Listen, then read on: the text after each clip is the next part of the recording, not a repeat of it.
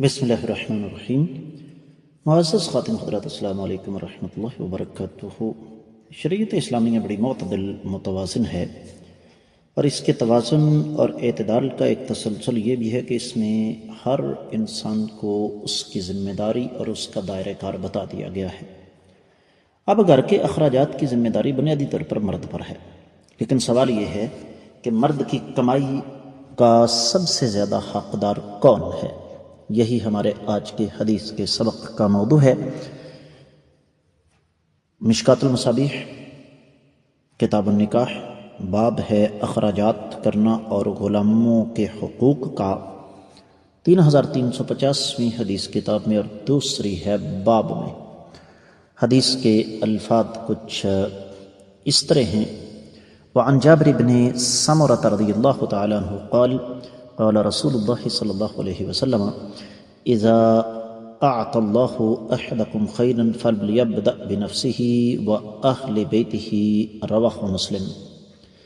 معزز خواتین و حضرات، آپ نے سنا کہ یہ حدیث صحیح مسلم میں ہے، تو صحیح مسلم کا حوالہ تفصیل کے ساتھ نوٹ کیجیے گا۔ صحیح مسلم کتاب الامارہ، پہلا باب ہے کہ لوگوں کا خلیفہ جو ہے وہ قریش میں سے ہونا چاہیے۔ فؤاد عبد الباقی کی ترقیم کے مطابق 1822ویں حدیث ہے، جبکہ ویسے 4711ویں حدیث ہے۔ صحیح مسلم میں ویسے یہ حدیث بہت طویل ہے، بہت طویل تو نہیں لیکن نسبتاً طویل ہے، لیکن چونکہ اس کے ابتدائی حصے کے ساتھ ہمارا تعلق واسطہ نہیں، ویسے بھی مشکات المصابیح میں اتنی ہی حدیث مذکور ہے، تو ہم اسی پر بات کریں گے۔ حدیث کے راوی سیدنا جابر بن سمرہ رضی اللہ تعالی عنہ، یہ یاد رکھیے کہ جب لفظ جابر اکیلا آ جائے تو اس سے مراد سیدنا جابر بن عبداللہ رضی اللہ تعالی عنہ ہیں، لیکن یہ جابر بن سمرہ ہے رضی اللہ عنہ۔ فرماتے ہیں کہ آقا علیہ الصلوۃ والسلام نے ارشاد فرمایا کہ رب کائنات اگر تم میں سے کسی کو مال عطا کرے تو اسے چاہیے کہ وہ پہلے اپنی ذات پر اور پھر اپنے گھر والوں پر خرچ کرے۔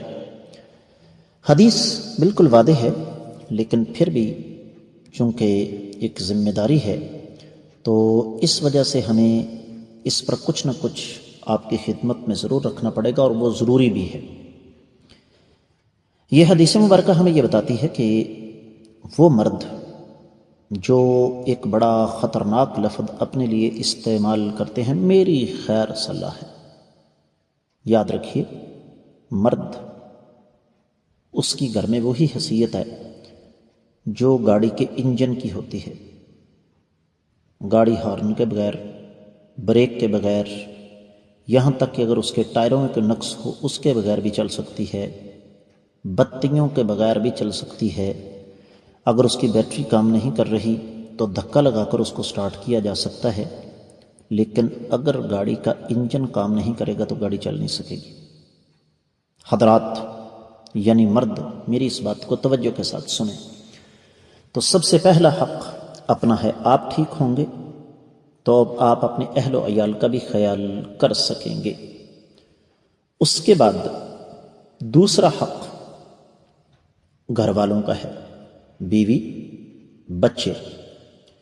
اس میں کسی قسم کا کوئی شبہ نہیں ہے کہ فقراء، مساکین، مساجد، مدارس، عزیز و اقارب، ہمسائے، برادری والے، محلے والے ہمارے صدقات کے حقدار ہیں، لیکن ان تمام چیزوں سے پہلے جو حق ہے وہ ہمارا اپنا اور ہمارے بچوں کا ہے۔ اور ایسے مردوں کے لیے لمحہ فکریہ ہے جن کا وطیرہ یہ ہے کہ وہ اپنے اوپر اور اپنے گھر والوں پر تو خرچ نہیں کرتے، لیکن ارد گرد ان کا بہت زیادہ دھیان ہے۔ ہر ایک کے ساتھ اچھے انداز سے پیش آئیں گے، ہر ایک کے ساتھ اچھا سلوک کریں گے، لیکن نہ تو اپنی ذات پر خرچ کریں گے اور نہ ہی اپنے اہل و عیال پر خرچ کریں گے۔ یہ شریعت کے مزاج کے بالکل منافی ہے۔